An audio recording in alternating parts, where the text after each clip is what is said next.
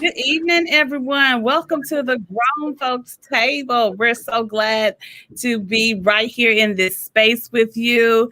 It's fall outside. I don't know about where you are in the planet, but it's fall right here in Atlanta, Georgia. We're waking up to some new weather, and so we are embracing the new as we begin to come together as a podcast. So tonight we're pulling up to the table talking about some very serious topics.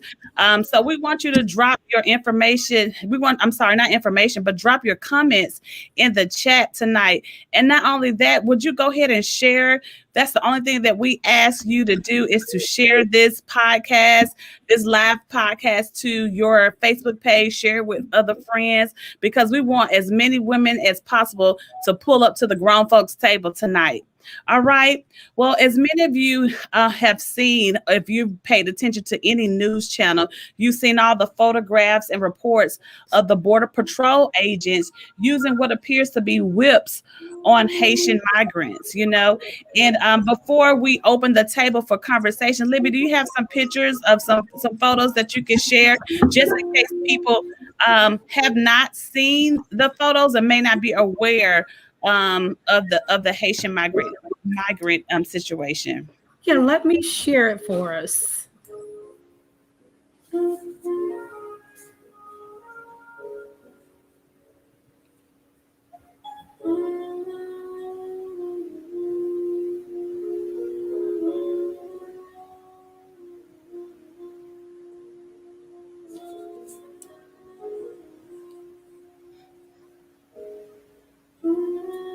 There's the image right there. So there is the image of one of the pictures that we're seeing that's out there that is very, very disturbing. And there are so many of them that we've seen.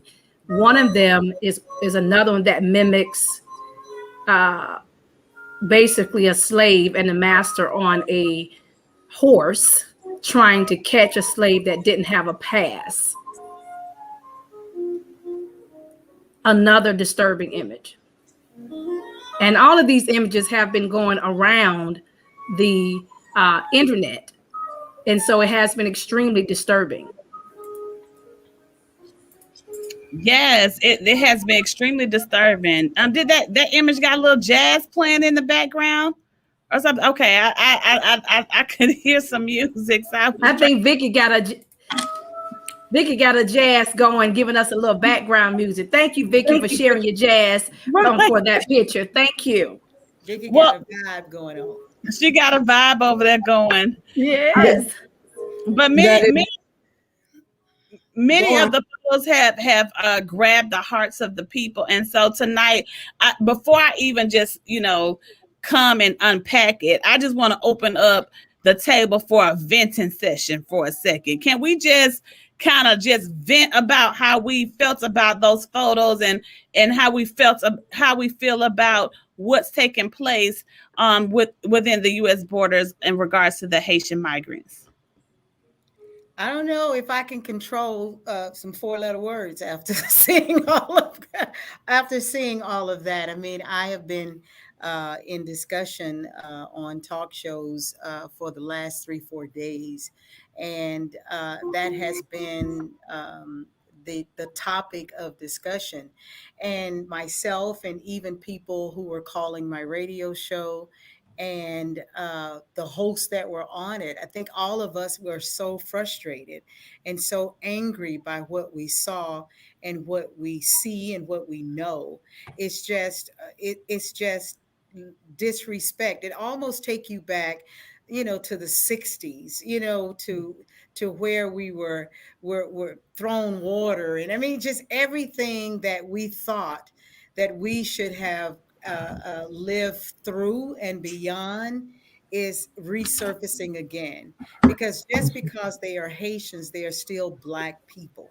They're still Black people. They're just in Haiti or trying to escape things that are deplorable to them. And that's all they want to do. They're not coming here to cause any harm. They're not coming here to do anything damaging to anyone else. They are just sick and tired of living the way that they are living. And who wouldn't want to escape that? Who wouldn't want to go and live a better life if opportunity was given to them? And that's all it is. At least before you start putting them on planes and sending them back home without even asking the question, you know, what can you do here? And allow people the opportunity to express themselves. But it is very deplorable. It's very disrespectful. It causes a lot of anger among our people. And the discussion like what we're having has to continue so the message can be seen and heard. You know what? I'll chime in. I was thinking, as I looked at some of those pictures over the last few days, and I thought about it's a stark reminder that we have not made the progress we really think we have. And sometimes it's easy to get a false sense of security. We saw pictures like that with immigrants. We saw that with pictures of those from other nations. We've seen it at the Mexican border. We've seen it. And yet here it comes so close to us with people who look like us. When I was thinking, Joyce, when you said they're still African Americans, they're Black people, they're human beings. Yes. And as a human being, don't we have a right to be respected as such? All of my life, I've been told this is a person's dream is to be in America. That's the ultimate, is to come to America and experience the way Americans live and have opportunities that Americans, that were born here, have. And yet we have people that are being shut out of that process at disproportionate levels, people of color. Because I think it's been said the Afghans who come those who come from Afghanistan, they were allowed to stay. But not people, brown people. If you're too brown, if you're too dark, you don't speak enough English, you're not allowed. It's just been disheartening that this is the world, this is the country that we are leaving for our children's children. And it's quite frightening, and it's very disheartening to see in 2021, that's how our country looks. And I think that's what one of our viewers, Barbara Wiles, was saying, that, she was just appalled at these photos to see something like this in 2021, that we can do a comparable, side by side of a slave catcher and Haitian refugees. It doesn't even sound like something that we should be able to compare, but we have been able to do that. And it still brings us back to how we are still living underneath the stereotype of what, and also the fear of the Black race, the Black male, the Black female, the Black child. And we are constantly having to prove ourselves to be humane. We're human. We're not property. We're not chattel. We are human beings with blood running through our veins. We work. We send our children to school. We go out and pump gas too. We buy homes. We buy cars. We contribute into the economy in the same way, if not more, than a lot of other races. And to think that just because the Afghans are running from a country that had a governmental disparity does not give right to that, when we know what we did to the Haitian country. We sat in that country for 19 years in the 1900s, and we drained them financially. We are really responsible for a lot of their debt to the French. That's our doing. That belongs to us. And we have dismissed that. and we have just put it in their hands. And so we are at the point now where we still see them as property, and not to see them as a human being, and not even know we can look at other persons who are coming from countries that the U.S. border are being discriminatory against. So what are we doing now? We letting through who we want to let through. And honestly, it's been on every administration this way with the Haitians. So we can't, no president is getting a pass here, because that has happened. They've been treated the same, and it's quite unsettling. Wow.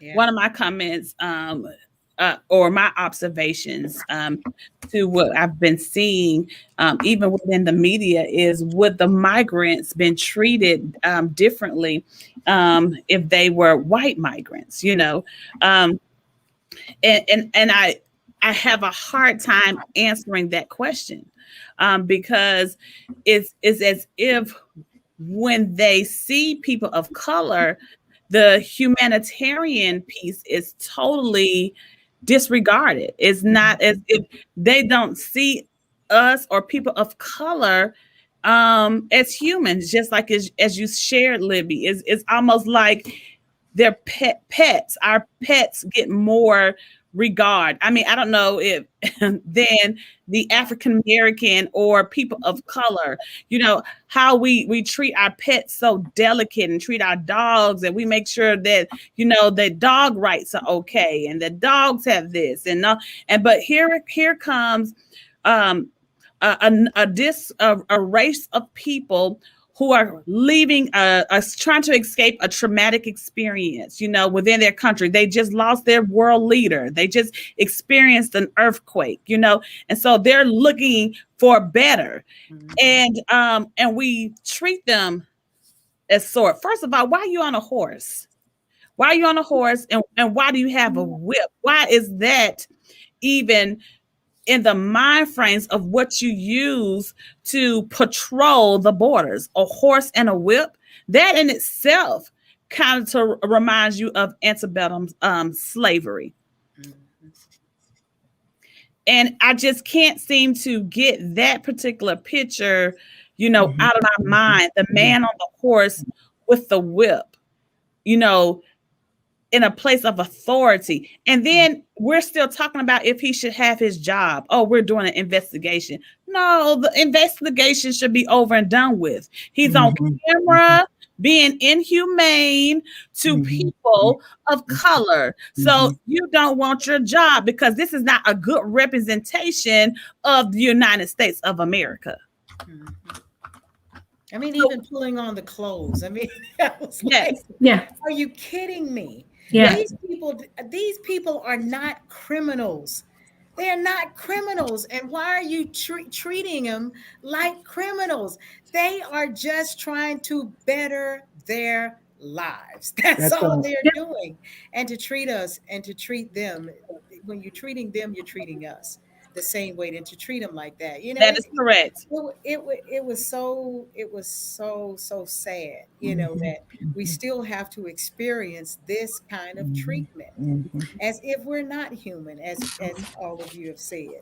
It's frustrating, and it hurts you to even talk about it. Mm-hmm. Yeah, and I think it does. It does, Joyce, and I think we need to look at the policies of that allow that type of treatment. The policies allow that differential treatment for certain folks that hit the border. Yes. That policy needs to be revisited. And we need to make sure that that's something that could be highlighted for us to push about with our own Congress people. Yes. We know we have a lot of big fish to fry here in the United States for our own stuff. But that's still something that's very sensitive. Sonny on The View, when she was talking about it, because she's married, to a Haitian, and she was saying, which really highlighted it for me or illuminated, when she said, you have 95,000 Afghan refugees that you accept, but you send back 86 Haitians. Mm-hmm. And to hear it in that capacity, it brings it home. It says a whole lot. And for those who are of the Haitian population within the United States, who are contributing to the economy, who are living out, quote unquote, the American dream, doing well. I don't recall hearing anything on the news about the Haitians doing anything bad. I don't recall hearing anything about we seeing them being, living deplorable and doing all types of crazy stuff. I don't remember hearing anything about the Haitians. Mm-hmm. As a matter of fact, I ain't heard about them being terrorists, blowing up schools, and taking over planes. Hello, Saints. Right. Hello. Right. Because that's not their intent. Right. That's not their intent. If you've lived in a country where the earthquakes and hurricanes and the political process is in disarray. Yes. And you look into your left, right, front, and back, and you see no way out of this. You see no way other than knowing that if I can cross these waters, I'm going to take my family, I'm going to take myself, and try to live a better life. I too know a Haitian, very dear friend of mine, and he lives very well, and he works hard at getting respect and rights for his Haitian brothers and sisters. And he talks about this. He's like, I've gone over to my homeland. And he said, although I care for my homeland and I'll do everything that I can for my homeland, but he said, Joyce, I would never want to live there again because of the disparity, because of the life that we have built here, comparing to the life extreme poverty having over there. Yeah, extreme poverty. It's no health care. It's extreme. And he said, that's all we want. We want the same thing, is to be able to live a better and safe life. That's it. And there's no tourism going there. So they're not getting funded money like a Jamaica, where there is tourism going into the country. There has been no rebuilding of the country after they've been hit hurricane after hurricane. There has been nothing to do with the healthcare crisis over there. And people living in such impoverished condition. There's been nothing. Where is it that we've said we fund money to them? Of course, now they're saying, oh, we're sending aid because they want to send them back. And it's like, okay, well, what are we sending them back to? And so that brings me back to that same question. Would white migrants be treated this way? Would they be treated this way? But the thing is, and I was thinking about when Libby said something about policy. Somebody said that about policies. And I thought policies, I understand the value of policy. Being in politics, we have to govern ourselves by policy. We have to set policy.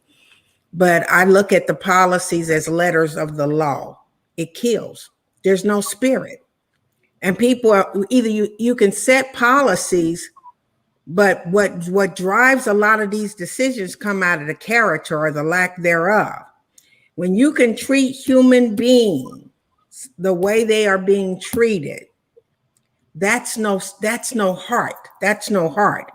And I don't know. Even when you asked the question, I thought about what do we do? Because it's deplorable, it's sad, it's disgusting. But at the end of the day, what do we do with the pictures? What do we do other than be upset or disturbed by it? Do we start with our local representatives?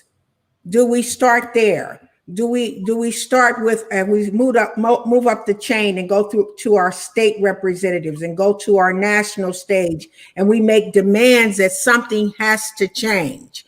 Because those pictures that we see now, I saw them just 4 years ago.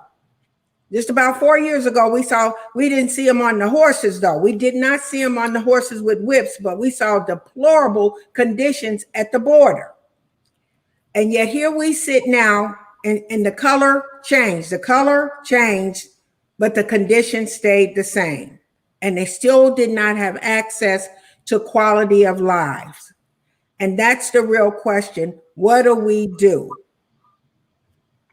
Well, I think one thing we as a country, our country struggles with empathizing with people who don't necessarily look like the people that's in power and that are in the majority. And so it's like a consistent beg or consistent plea for them to be able to empathize with other people that don't necessarily look like them. And now it becomes this humongous responsibility for our country to get behind the idealism, to care about people who don't necessarily look like them or can offer them something. I mean, it transitions over into other spaces. It's no different than the Patello case with the young lady that is missing, and the people bring it up. And I know it's a sensitive subject and everybody may not be interested or may feel the same way, but it's the same thing with the whole Patello case where there's a young, and here's the thing, I feel very bad for the family about the young white young lady that's missing. Okay. Let me not say this. Any child, any young person, I love young people, and I'm not taking away what that parent is, what that family and the parent is going through for the missing child. But it reminds me of the whole, white woman syndrome, when missing white woman syndrome, that, that person get pushes to the forefront. And is that a media problem? I'm not blaming it on, is that a media problem? Is it the media's problem? Is it the media's responsibility? Is it the media that we need to blame and go after for pushing that, when you have other people that are missing around the same time that are of people of color who are missing just as well? We got the African American young man, Jelani Day, who is 25, who is missing, but his story is not getting pushed to the forefront as much as her story getting pushed to the forefront. You all, please don't let me take up all the airtime, feel free to comment on it. You know what, E? And it's like you said, whose responsibility is it? The media is run by people who have no heart towards others, people of color. There's a disparity. It comes out in our everyday life. It plays out in our media. It plays out in our jobs. It plays out in our lives. There is a disparity. How does the news report? What I was looking at the other year, it's two black men that are missing, Jelani Day and then your David Robinson. Now here's a young man, I think David Robinson is the geologist, someone who has gone to college and trying to pursue a better job of being responsible. He turns up missing. Now, we don't know the circumstances by which they are missing, but the point that we want to focus on is that it seems to be a lack of energy from the law enforcement to even find the answers for these families. Now, it could have been a car accident. It could have been anything, but you don't know. But I'm like you. They push the image of the young lady, and no one is condoning that, to say that family doesn't deserve to know as well. But something is wrong when children of color are pushed to the back, and they say they have one investigator, one that's looking for David Robinson, one has been assigned out of an entire force. And I don't think anybody on this platform would say that Patello does not deserve whatever resources that they are putting forth to find her. We're saying that there should be equity across the board, equity across the media, equity across the energy that is being pushed forth to find this young lady. Talk it up about all the persons that are missing. Joyce, you look like you were about to lean in. Girl, this discussion have been too. I mean, what's his name on GMA brought it up this past week about the disparity and how the Black people are not covered like this lady, this white lady has, and we know that. But what's his name on GMA? Dog, I can't think of his name. Is it Michael? I'll get it in a second. But the point of it is because he and people in his position now have started saying things in the disparity between how people are looked for. Then now it's starting to resonate. And thank God that there are people in those higher positions in the media have taken steps. Because my station, I run a news and talk station here in Atlanta, we said it from day one. Why is this woman getting all this coverage and getting, and but yet we named several people who we hadn't heard anything from. But we're this smaller station that isn't recognized like GMA. Now that GMA have recognized it, CNN Yes. and MSB and all of those stations are now saying something about it. We've been feeling this all along. It's some mothers and Mhm, fathers out there mhm, that's mhm, still wondering where their child mhm, is. mhm, They're still wondering, and mhm, and that's the sad part about it, is that we constantly have to go through this disparity. Like, mhm, why do we constantly have to go through this? Why doesn't my child matter, just like this girl that pranced her behind with her fiance across country, and then now she's turned up dead? He is now gone missing because they had him when he came back without her and didn't mhm, do anything about that, and mhm, have allowed him to go and leave. He probably didn't killed himself, but he had that. Let that have been some of us. mhm. You're We right. Yeah, can't, we yeah, wouldn't have never been able to lead a block, let Mhm, alone yeah, the city and the state. yeah, So it frustrates you a yeah. lot. It's TJ Holmes is That's the TJ that's who Holmes. Yes, did the piece on that. yes, And I think it boils down to the total disregard uh to the black community, yeah. and to, again, the fact that we are human, and that we too raise our children to go to college.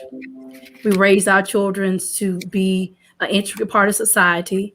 We raise them to follow the rules. We raise them to have families, get married, have children, to have the White House with the white picket fence, quote unquote. mhm, We too raise our children that way. So when our children go missing, it is not because our children have been a part of the hood, involved in gang activity. Our children have been going out or hanging out with the wrong crowd. The stereotype and the perception of who we are, that's what the issue is. So the total disregard starts when you have police officer training that does not emphasize the importance of Black lives. So when we go out to arrest people, we go out to look for the missing, we are not moved when it's a Black person, because we have already been trained Yep. to swing towards or to give more care to the hue that does not look like, look like me or you or any of us on this platform. So we are in a pickle to where we're still in the push, even these many years later, 2021, when we have made some progress as a people, but we still have such a long way to go, because we're still having to defend ourselves as being human too. Where we're still in the push. Yeah. So even that is the very, very sad part about it all. And unfortunately, we are still trying to basically uh, force our way to the table, to say that we do belong in the table of humanity. We are part of this table as well. And our children go missing. We want all the same resources. We want the same national press coverage.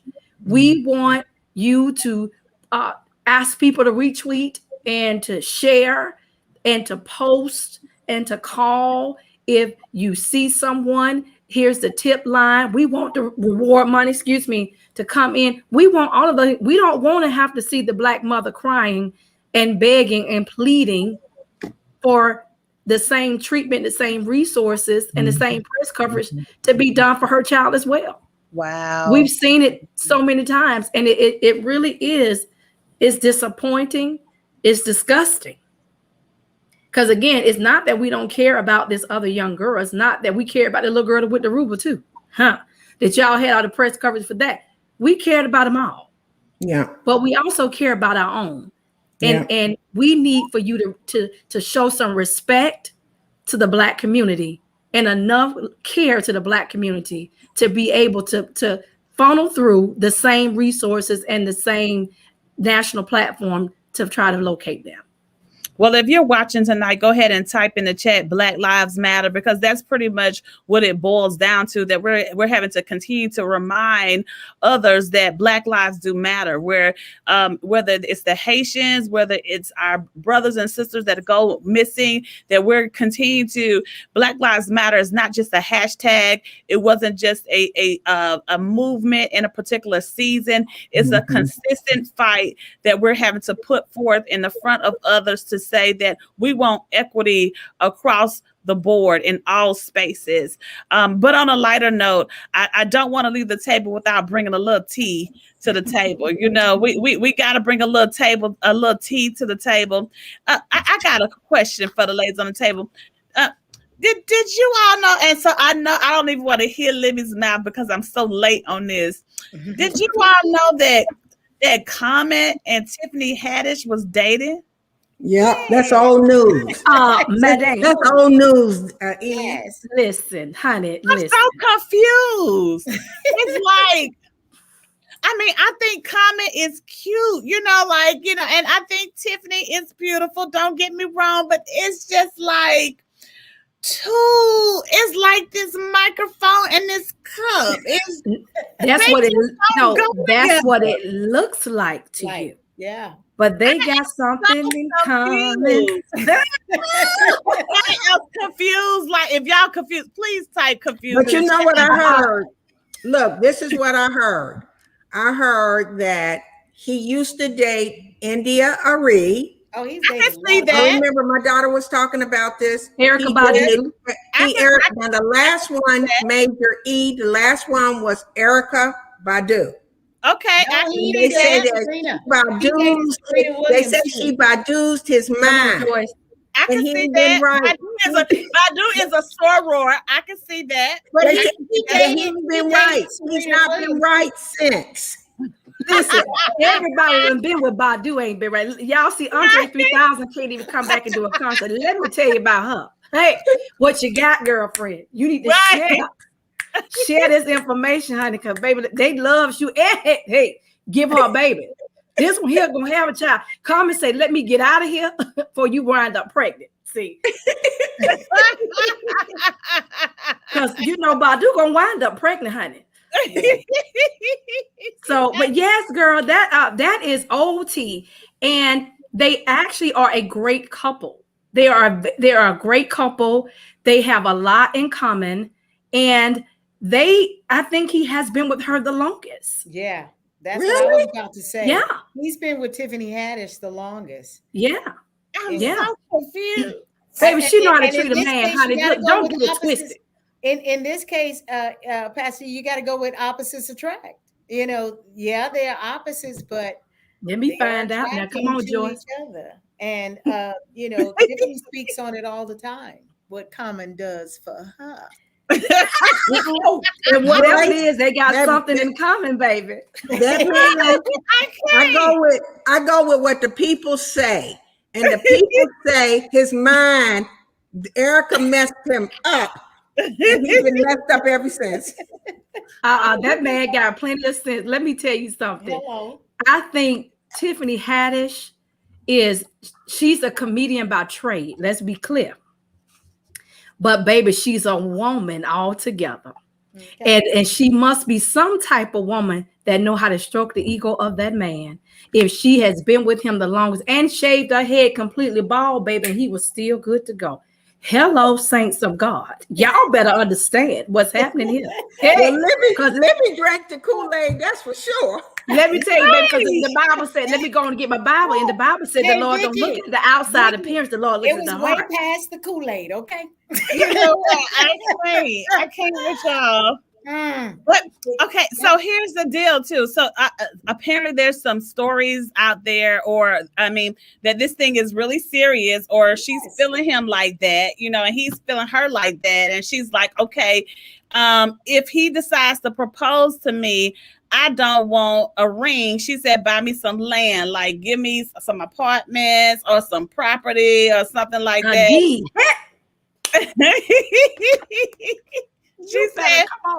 She said, you can keep your ring, sugar. Give me a couple of acres.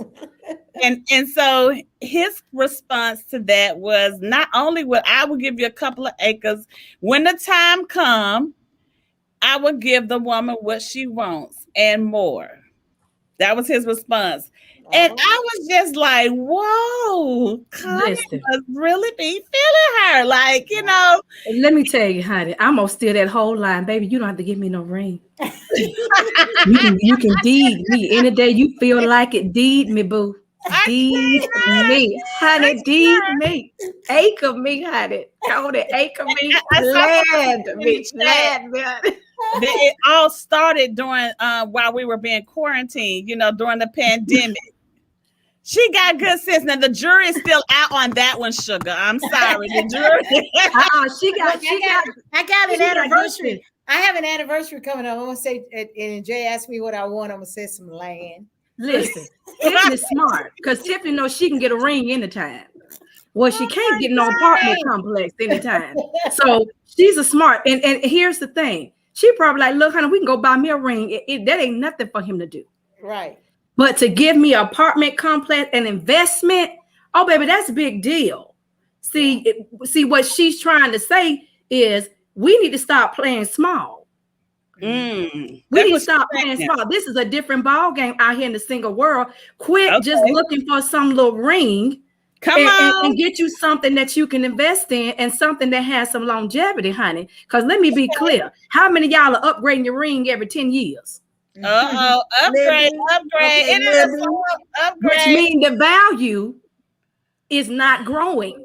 Which means your value is not doing anything with that ring, but the value of the apartment complex and that deed would do something.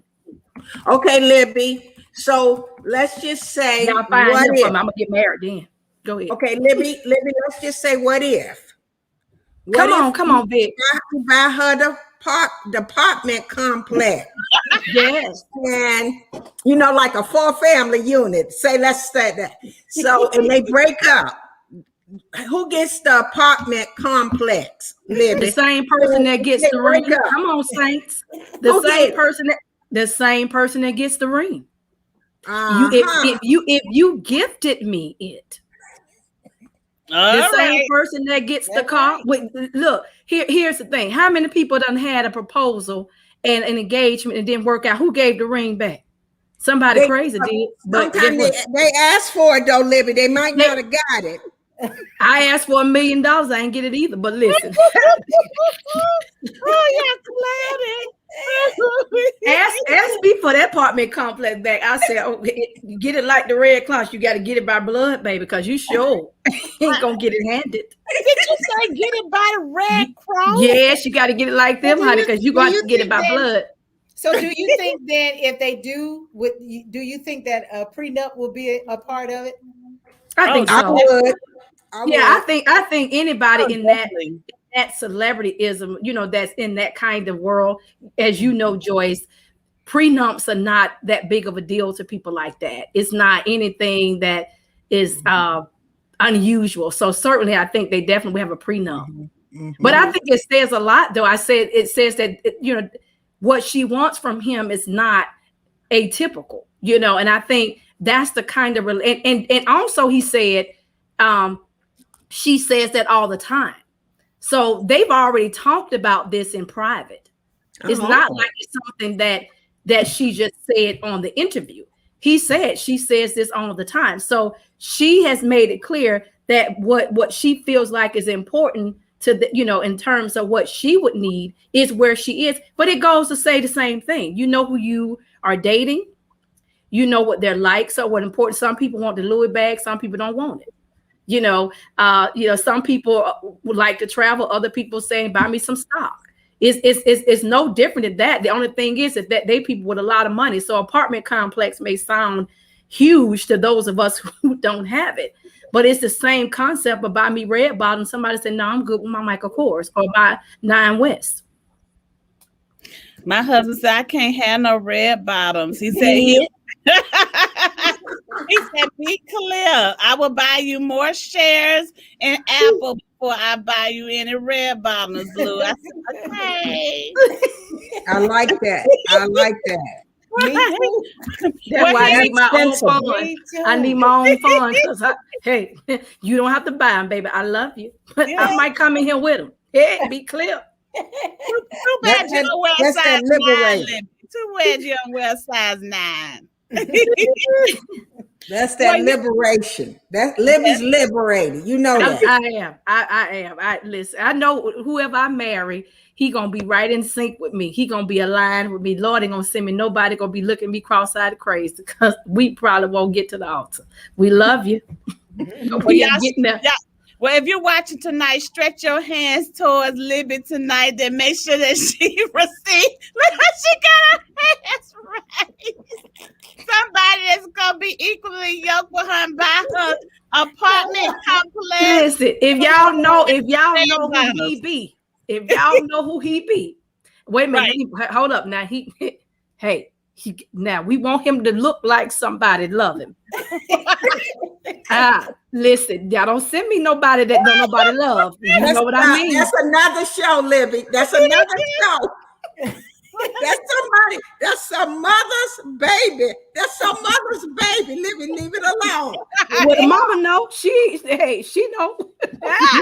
She looking at him every day. Okay. A hot mess. Well, y'all DM me the pictures and I'll push them out to Libby, okay? Thank you so much for joining us at the Grown Folks Table podcast. We see you right back here next Thursday. Good night. Good night. Good night.